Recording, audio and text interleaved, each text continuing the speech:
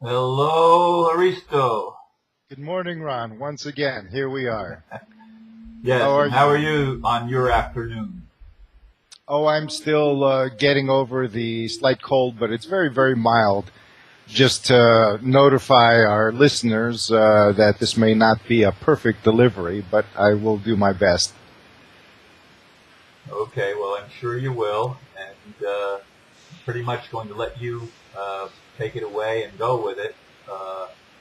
I'll, assuming that the video and everything works well, I'll signal you if I have something that I want to say or anything or interject, but pretty much I'll let you continue with your amazing teaching. Okay, thank you very much, Ron, and thank you to those who take the time and listen to this. I shall try not to move too much this time because the image is obviously not perfect, and I hope the sound is good.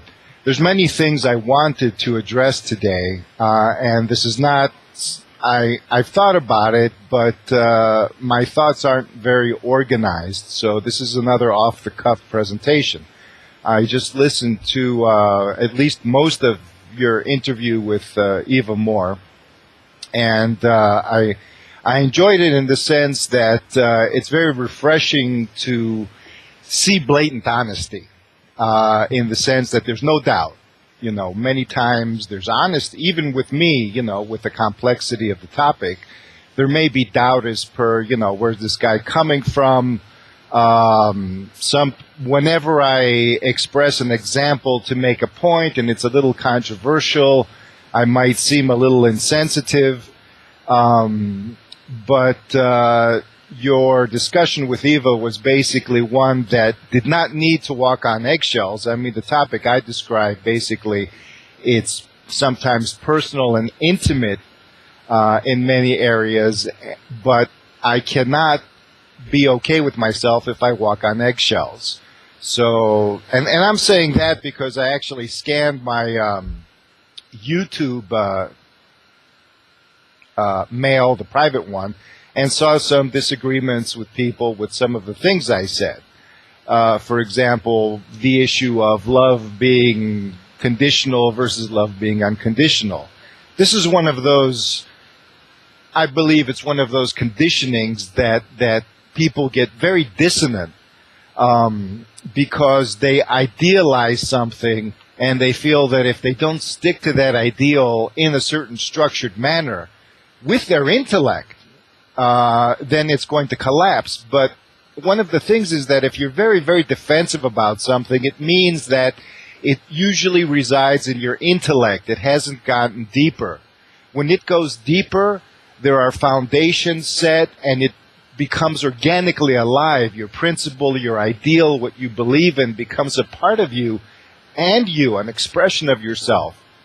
So even though paradoxically it may seem that if somebody attacks your ideal, they're attacking you, the organic flexibility, a kind of internal immune system that we don't even know we have unless we go deeper than the intellectual or surface emotional levels, you know, when you're at those levels, things seem brittle. They seem threatening. The world seems like it's going to shatter at any moment. Excuse me. I'm holding up my finger because I want to interject something. Oh, I'm sorry. I was looking about this conditional and unconditional love thing. Okay. People have the idea that unconditional love never judges. I mean, that's the concept we've been given in the spiritual community. And people mistake discernment and preferences for judgment. Or, you know, they try to interject that you can't make any preferences. You can't discern whether something is a beneficial or detrimental. And so they blanket all of this thing over and say, well, I'm unconditionally loving. And what they mean is, I've destroyed my ego enough that I have no preference. I have no discernment. I have no personality even. That's false teaching. That's spiritual abuse, as I see it. If you look within that, and you feel within that beyond the intellectual and surface emotional levels, beyond the conditional levels, you're going to see somebody who basically says, look, I don't want to get hurt. I don't want something to, and I'm so sensitive and so already traumatized. People like Eva talked about the post-traumatic stress thing. And it's really, well, it's not really post-traumatic. It's ongoing traumatic. It's, it's the continuity of trauma. When you get hurt, you are ongoingly, there's a little broken record inside of you that keeps the pain going. When the pain disappears, that's post-trauma. Healing is post-trauma. And post-trauma healing essentially is forgiveness. Forgiveness is a symptom of healing. It's not the other way around. So these people intellectually, they try to defend themselves. And by these people, I mean you, me, everybody. It's human nature. We try to defend ourselves by manipulating the golden rule and saying, well, I'm not going to do this to you, and I'm going to preach it so to make sure that there's nobody out there to do this to me. So it's because when you preach something with that, excuse me again, with that vehemence, when you protest so much, well, of course it's a good thing in many ways, but at the same time, there's a certain passion can turn into desperation. And that is the desperation of not becoming hurt. And when you look at the world and all you have to say is how shitty it is, trying to maybe laugh it off or whatever, and there's no other counterpoint to that. It's not that means it's not sincere in my book. I mean, in your case, you express all of that and then you turn around and express something else. It's a cyclic dynamic. So there's an exploration of a broad spectrum of who you are in your expression. However, if somebody is consistently just, well, it's shit, there's nothing else, that's all there is, we're all screwed, under the pretense of trying to wake people up. They're not trying to wake people up. They're heaping the misery that they cannot deal with. They do not so much, in my opinion, want, if you're honest with yourself. I mean, this thing requires a kind of honesty that we would never accept from most other people and still love ourselves. And if you're that honest with yourself, you'll say, well, is my motive to really help others, or is it to alleviate my own pain? If my pain was alleviated and with a guarantee that it was never going to return without me having to compromise, would I even care what happens to others? Would I still be committed? So, but this kind of thinking seeps into all of our motivational dynamics, and so we look for easy answers. We avoid the hard to address topics.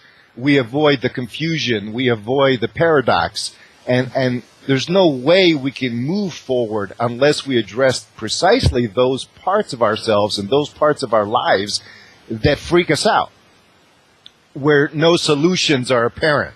Well, they're not apparent because we're not present. Where we are present, and if all we see is problems, so I don't want anybody to think I'm being insulting or inconsiderate. But the point is that we need to reverse our tactics in terms of avoidance. We need to be able to dare to crush those eggshells, because they are the eggshells of conditioning. In that sense, I'd like to continue the topic and say that yoga, as I'm presenting it, is one of those healing modes that Eva talked about for post-traumatic stress. It's a recognized one. And it is also an anti-mind control. It's a mind control preventative, and it's a mind control curative, if taken to its logical conclusion, if you really commit to it. Right now, they have technology that can bombard individuals. They say they have technology that can bombard groups, but I don't see that. What I see is a stress stimulus, a kind of irritation at most. Targeted individuals exist. I know some of the people. So do I, and I believe I was one for a while by happenstance, by just being in an area that was probably experimental through cell phone. Cell phone stuff, and whenever you see a high incidence of cult activity, usually mind control is involved, and usually what they do is they combine hypnotic suggestion, they combine memes, propaganda, all kind of things with a diluted form of technological mind control. However, I know for a fact by certain contacts that I have that they cannot just make people do what they want them to do without torturing them. All of the mind control has an element of torture within it that really, really works. Even though it may not seem like torture, but it is. They have to isolate you, and you have to be in a position where they can continuously focus on you. However, for most of us, this is not the case. The reason that the economy, one of the reasons that the economy has not collapsed from their end, or that they're holding up, and this, that, and the other, I'm seeing many PSYOP campaigns here in Greece, for example. The reason for this is because they still think they can come up with that big, broad spectrum mind control beam or whatever. Something that may not, and they don't want to do that because they know that non-locality is going to cause, if they start screwing with large members of the population, with the collective, it's going to affect them. There's a kind of scalar blowback. There's research along certain weaponries that have non-local effects, and that means that they're not immune. It's like releasing a virus that, goes out of control. And it's going to affect them because there's a resonance. I mean, they call it karma, basically, but there's a resonant effect between the patterns of a person's psyche and what that psyche creates. So if they create a weapon along psychic lines to hurt people, broad spectrum-wise, then their defenses and their denials are not going to work in the face of this resonance. The boomerang will come back. Exactly. And this boomerang effect is already occurring. I can feel it in the atmosphere. That's another reason why I'm promoting this, is because no matter where you are and what you're doing, it behooves all of us to seek resources that we can access. And as far as I'm concerned, this information is free, and the ability to implement it is free. You don't need to buy anything. All it needs is your time. However, even if you don't have the time, you can make time within your normal activities. You can turn your normal activities into this practice. They can become the vehicles for this practice. You don't need to go meditate in some dark corner. You can wait in line. There's a moment of, expectation. You're waiting in line. You're on the internet looking for stuff, When you look for stuff on the internet, you can tune into a certain awareness and use that as a kind of, to create your own predictive algorithm. It's almost like a tarot reading. When you go on the internet and desire to seek a certain amount of information but don't know exactly where to go, you can let your instincts guide you. And that's how I found most of my information and pieced a lot of dots together. So you can take advantage of any event in your life, any circumstance, any condition. I mean, when they say they're there for a reason, most people just sit back passively and wait for the reason to come and slap them broadside and tell them what to do. That's exactly. That can happen, but if you wait for the pressure, the causal pressure, the karmic pressure to build, you may not like the result, and then you're going to complain to some higher power or fate or whatever. So it's best to be proactive in this. It's best to say, no, my life as it is, for those of us who we're not, we're still alive and we have some health and we're not starving yet or whatever. Those of us who have some degree, some leeway, but we're still making excuses that we don't have the time, we don't have the motivation, we don't believe this, and I'm talking about those people who have an internal nagging voice and say, well, there's no solutions, there's nothing, what can I do? I'm not talking, beyond that, escapist. It's another form of escapism. Yeah, that's true. I mean, it's one thing to already have something to say, look, I'm doing this is my thing. Okay, fine. But there's so many people. I mean, I'm going out here and I'm expressing this. Really, my motivation is because I hear the cries of so many people on the inside and the outside that seek solutions. And they go, what do we do? And, well, basically and why aren't more people doing it? So what I'm here again is, who's going to take away my pain? Who's going to get there so we can be many, so if somebody shoots at us, I'm not going to be the only target. I want multiple targets out there to protect me. I want support for what I desire. It's like, however, these people haven't clarified their own motivation yet. They haven't strengthened it. They haven't really taken the time and effort to bring out their own existing resources. In fact, many people deny that they even have any resources. We're powerless. Well, that's what they want us to think. And the fact is that the world is fed up with suffering just as much as you, me, and everybody else is. And the world is going to say, okay, so you refuse to do this. What's going to happen? Well, your reality basically is going to react against you, because if you think that it's all going to go to hell, well, individually speaking, it is.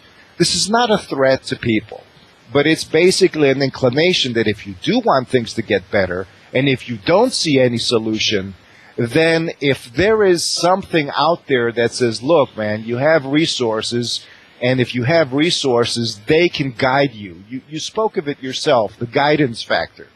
The factor of being able, well, what I'm presenting, the first ability and foremost, is a guidance that's not even a guidance in the sense of, we maybe subliminally treat guidance as a form of some authority telling us what to do. So it's almost like guidance alleviates us of any responsibility. Oh, God, tell me what to do, where to go, who to speak with, and that way I can just do it and not worry about being the cause of it or taking responsibility for it. Then I can blame you if it all goes to shit. So I've been there. I've been there as well, and that's why we're talking about it. It's like, this isn't just going around pointing fingers at people. All of us who, I've refrained, I felt guilty about pointing fingers at anybody, and I've taken a lot of abuse in my life, even on the internet, for views and anything, for just a perspective. And what it taught me was that, look, okay, I've had fingers pointed at me, I've had abuse, most of it psychological, some of it physical, and in the end, okay, the do unto others thing has already been done unto me, and it wasn't that bad. I lived through it, and in fact, I learned from it. And what I don't want for other people is to lose the opportunity where they can learn now instead of having things move to a point where it has to get into pressure cooker mode.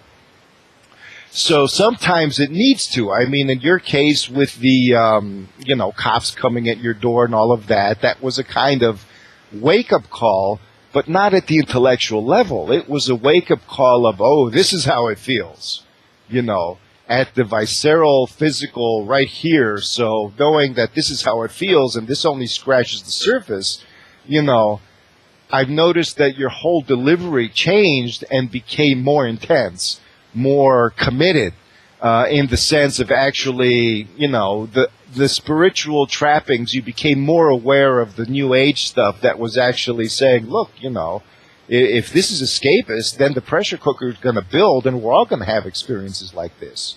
At the same time, you have many people just pointing at the pressure cooker as something inevitable. It's not. It's there because it's a part of us. We have the responsibility to find a pressure release valve. And this can be found, and it's not going to be comfortable because steam is steam, so to speak. But when you find it yourself and you turn the valve, you can regulate the valve, and you can deal with things, and then you can notice what happens when you alleviate that traumatic stress steam. It's actually a steam of transformation. And then you can notice that the events of your life are not against you. Maybe the psychopaths are conspiring against us. Well, not maybe, yes. And yeah, so many other, not maybe, so many other things are going on. But when you put it all together, it's still a transformation. When you take all of the factors involved, the psychopaths are just one ingredient among many ingredients. And we are the cook. We are the master chef, potentially, of our lives. Now, if you have a pressure cooker and it's cooking something and somebody puts a chef hat on you and you refuse to use it, your food's going to get burnt or the pressure cooker's going to explode and you're going to start a fire and then you're going to complain why. Well, this is yours. Like you say many times, it's almost as if we or something of us has orchestrated all of this in order to get through a situation where psychopathy, where we can actually expand our horizons with no fear, where we can actually be creative, and we're learning how to do this.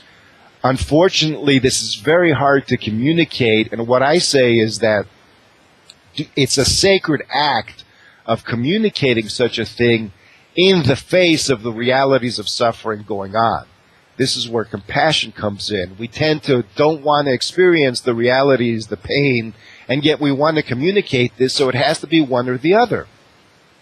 What the mindset or awareness frame of yoga will help, because it does let you become just, a little impersonal without becoming dispassionate, without becoming divorced from the situation. Basically, it lets you fall back on unconditional love without sacrificing preference, discernment, and your very humanity. So the pain is basically not really pain, it's discomfort, because you can regulate the pressure valve. You can turn even Bill's situation. I mean, like I had said in another video, I was inspired by the sage Sri Aurobindo, who was actually part of the original Indian Revolution before Gandhi, and who actually advocated armed uprising when it was called for. Sometimes he said, you have to show that you have teeth. But they put him in jail for an alleged terrorist attack that he didn't even do, and he spent a year in prison, and he used that year to focus and develop his internal abilities.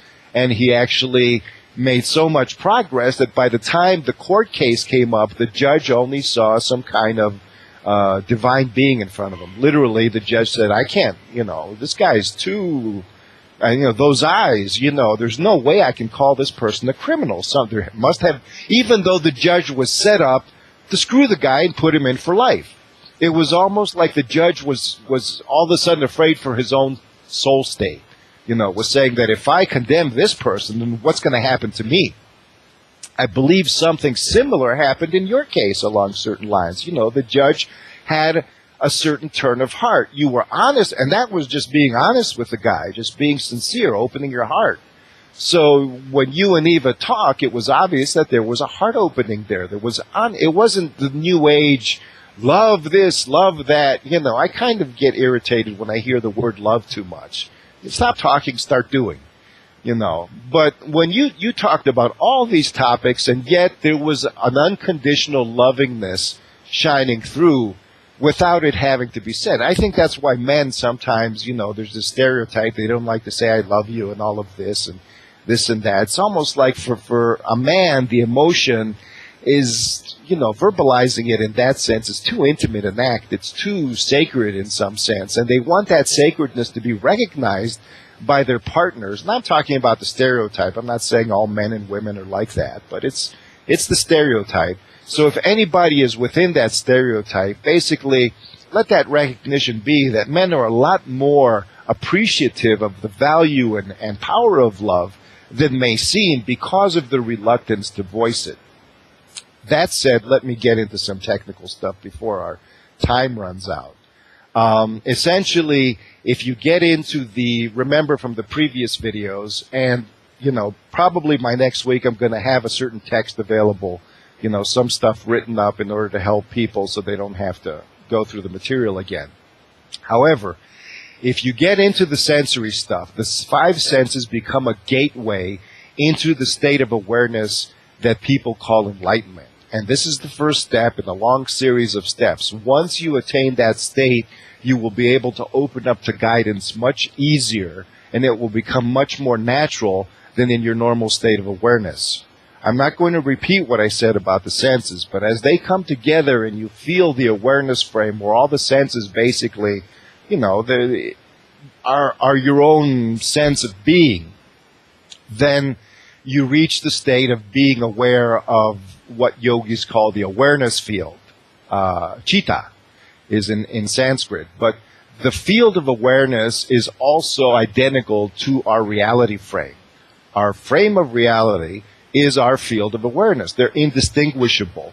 Because if you do not perceive, there would be no reality for you. If you were not aware, you would not have a reality frame. And the quality and patterning and nature of your reality frame depends on what's going on in your awareness. They are indistinguishable. This is a good thing because you have a hands-on, you're in the control room, so to speak. You're right there because by moving and maneuvering and navigating your awareness and stimulating it, that's how your reality frame changes. It's an internal psychological. If you don't believe in the metaphysical stuff, you can just look at it psychologically. It doesn't matter about proof. Just think about it. Your reality frame changes, and you think that then, well, there's going to be a discrepancy. I'm going to be delusional. My reality frame is going to get me and blindside me if I do this. That's not going to happen, because everything is connected. The reality frame is not separate from us, and thus it is not separate from the processes of our awareness. What goes on in our awareness is the same dynamic that goes on in the objective world. They're connected like two sides of a, it's not even just a dance. There's a definite linkage and connection. And if we seek to balance out, the place of balance between what goes on within us and what goes on without us is not really an internal sense of individuality. It is by embodying the verbness, by embodying the action, being and doing, becoming one. So reality becomes an action instead of a noun or an adjective or a this or a that. This is what meditation does. When you get into your, sensory awareness mode, which is an energetic mode that you cultivated before that, you are challenged then to be able to hold it, to be able to master movement within that, in the sense of, well, okay, I'm looking at something and I'm feeling the process of vision. I'm listening to myself hearing things. I can listen to myself hearing things, and I can remain in a relaxed frame in that mode. I'm not going to be distracted by something else. I choose to do so. However, we have reflex actions, and that's part of our conditioning. I mean, it's one thing to repress yourself, and it's another thing to say, look, I choose to do something. How come if I choose to do something, I'm always doing something else? What's going on there? Let's examine that. And not Sounds because like Paul in Romans chapter 7. Exactly. All of these pieces of wisdom are connected. So then we start gaining experience, and this all starts accumulating into our sense of guidance, because it's not just some higher wisdom coming and giving us the download. I mean, that does happen. But it's also our own ego becoming more aware and more mature, and our own mind being able to put the pieces together and say, wow, this is how reality works. I'm experiencing it. So I can set off the other stuff without feeling I'm lost in limbo. So this is concentration. Concentration is not stressing or focusing or just pinpointing something and refusing to budge. Concentration is basically choosing to go left, to go right, to stop, to go, to do this, to do that. It's basically being one with your ability to choose a territory or domain of your awareness frame and simply remain with that, resonate with that. If you have a single thought, you want to focus on strength. You don't squeeze it and tense it. We mentioned that earlier with the analogy of the cupped hand. You sit and receive it. I choose to face my lover. I choose to face my enemy. I'm not going to be distracted by something else unless I feel within that distraction is part of the process. So you're basically participating in your own being and doing, and not just participating, you are the master of your own being and doing without anything having to be subjugated. Usually master subject, that's a polarity we have. Well, this kind of mastery has no subjects. It's basically it's almost like saying that, well, I'm a perpetrator now because I'm perpetrating my fate, my destiny, but there are no victims. There don't have to be any victims. When you take a balance point, you can absorb it and you take qualities of either side, but you redefine it on your own terms, even if your preference seems to go along one side than the other, because that helps you define balance in your own way. We all have our middle ways. There is no one single straight and narrow middle path that we have to conform. However, if we all are honest about our own middle ways, our own balance, we're going to notice that everybody's going in more or less the same direction. I mean, they may be curving, doing a dance, doing this or that, but essentially that's when we'll notice that we're on the same page. By defining our own page and being true to it, this increases our own motivation. If our motivation is lacking, there is either mind control, conditioning, we're afraid of facing some pain, or else we're ignorant of the situation. So in 3 minutes? No, it's at 30. It's at a half an hour about. Just letting you know. The 3 times with a 0 after it. Okay. So I went through all of this discussion, but I'm just going to talk about concentration today because I'd like our listeners to take all of the previous stuff and anything they do in life and find their own areas where they choose to focus. I mean, some people choose to focus on the cynicism, on the this and that. Good. If that is what your passion is, be open to the implications, because if you're trying to avoid the pain of your own actions, you're only causing the pressure cooker, your pressure cooker, not the one that you say that, you know, if we don't all take action, the world's going to explode. And, you know, we're all doing the best we can. And because there's not enough of us, because there's always going to be not enough of us, then we're screwed. We're doomed. It's inevitable. You know, are you sure? You know, because unless you've touched upon your own internal resources, and we all have them, you cannot say that. You don't have all the information. You're basically not objective if you don't include the subjective essence. And this is not meditation. That's why another reason is I'd like to simply take out this stupid idea of the meditation that most New Agers call meditation. It's not that. Meditation is not escape. It is involvement. Even if you're in the corner meditating alone, it's still involvement.